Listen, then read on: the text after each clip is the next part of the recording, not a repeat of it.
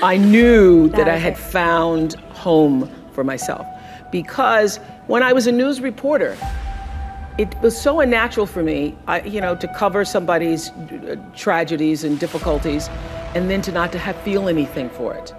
And I would go back after a fire, and I would take them blankets, and then I would get a note from my boss saying, "What the hell are you doing? You're just supposed to report." Can't be that empathetic. Cannot be that empathetic, and it felt unnatural for me.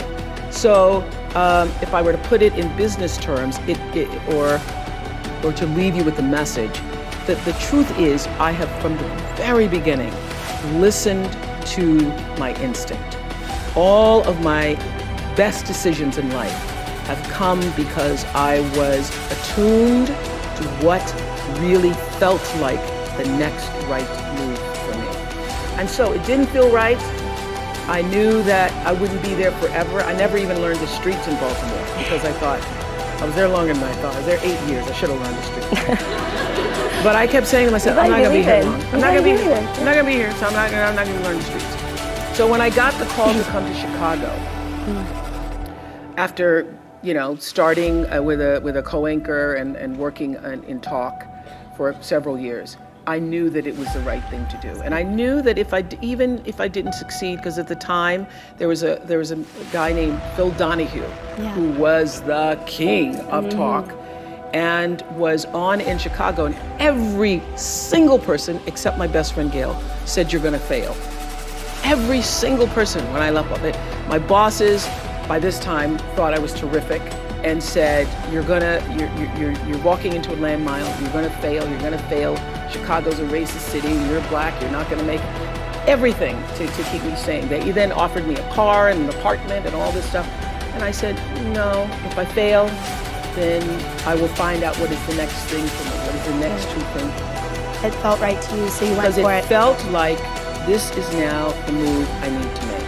And I was not one of those people, all of my, the people who worked with me in news, they would have their tapes and they'd have their stories and they'd have, resumes ready. I didn't have any of that, because I knew that the time would come where what I needed would show up for me. And when that showed up, I was ready. Because my definition of luck is preparation meeting the moment of opportunity. Right. And I was prepared to be able to step into that world of talk in a way that I knew I could do it. People refer to me as a brand now, the Oprah brand. I never knew what a brand was when I first started out. I didn't even know what that was. I became a brand by making every decision flow from the truth of myself. Every choice I made for every show that was going to be on the air, I made based upon, does this feel right? Does this feel right? Does this feel right? Is this going to help somebody? Is this going to help somebody? That's not going to help somebody.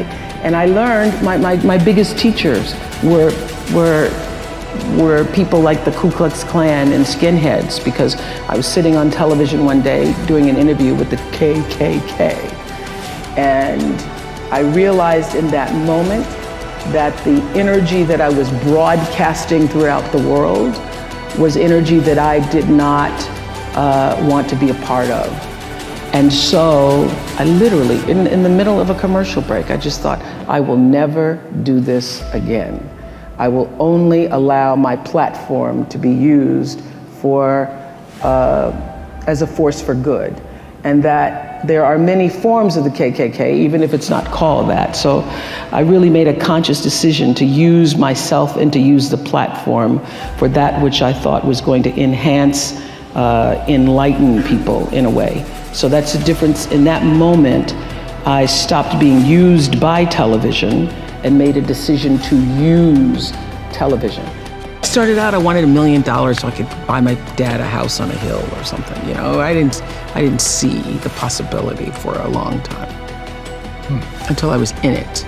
And then I saw it, and then I said, oh, this is more than what I thought it was. This isn't just the vision to, because when you're in television, as I was starting out, the big vision is, oh, gee, can I get a network job? And I had this idea. I literally had said to my agent when I was in Baltimore, I said, could you get me the substitute job for Joan London on Good Morning America. I would just like to, when Joan London doesn't want to be there or when she's on vacation, could I just have that job? Fill in. Yeah, fill in. And he said, this was 1982. He said, you're not going to get that job because they already have a black person. I go, they don't have a black person. I said, Brian Gumbel already has that job. Well, ABC doesn't have a person. He goes, you're not going to get that job. Not even as a substitute. No, not even a substitute. So I let that agent go. But that was my thing. Oh, gee, if I could just get to the network, if you can get to a larger market, if you could get to, and the top three were, New York, LA, Chicago. I knew it wasn't going to work. I wasn't going to be accepted in LA in 1982 because I wasn't the right minority. And that's why Chicago? And I literally chose Chicago because of that. And then I thought, well, Chicago. And then I was on someone else's tape, and I got a call from Chicago. I go, oh, that's a sign.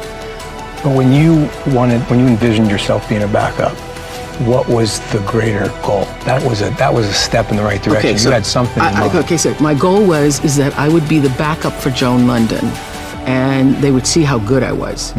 And then they want me to back up more. And then when Joan left for vacation or Joan, decided that she no longer wanted to do it, they'd say, what about that girl that stood in for Joan? Yeah, that was my goal. And then you'd be on air, Yeah. you'd be a personality, but again, to what end? Yes, because I didn't have a vision beyond being successful on network television. It wasn't until I was literally on television, had my own show, made the decision that I was going to own the show, meaning I would take the risk if it worked or it didn't work, that I thought about what does this really mean? And actually, I guess the vision was inspired by, I used to speak in high schools all the time. And I remember speaking at a school and a kid said to me, you're that lady, you're the one that plays on TV. And I say, no, I don't play on TV. It's actually my work. I use TV as my work. And when I, journal every night and was thinking about that, a lot of people think, and for a long time, I thought it was just a job where you're going to play on TV, you're going to act on TV, you're going to have this job.